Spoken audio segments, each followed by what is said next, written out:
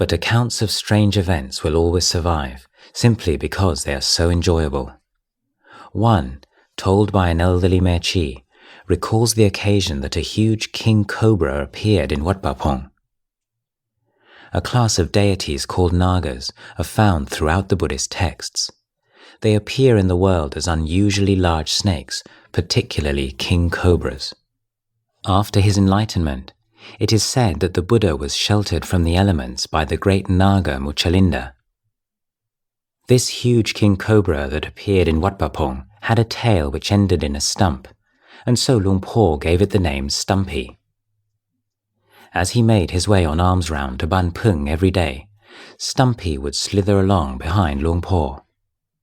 One day, a villager setting off to his fields noticed that Luang Por's footprints had been obscured by the marks of a large snake.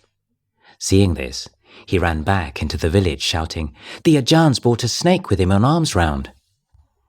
The frightened villagers followed the tracks which overlay Luang Por's all the way back to the monastery. The next morning, they spoke with him angrily. "Ajahn, why did you bring a snake with you on alms round? We won't put food in your bowl anymore. We're afraid." "It's nothing to do with me. I didn't bring any snake."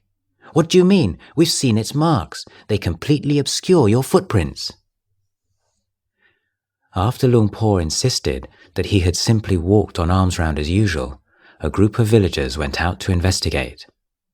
They discovered that the snake had followed Luang Por from the forest, entered the spirit house at the entrance to the village, waited for Luang Por to emerge, and then followed him back to the monastery. Luang Por had not seen the snake itself, but had observed the marks it had left. The next morning, as he left on alms round, he stood at the edge of the forest and said loudly, "Stumpy, don't follow me on alms round.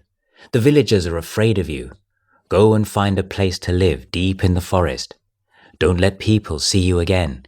In the future, there will be a lot of people coming to the monastery, and they'll be afraid." After that, the big king cobra was never seen again.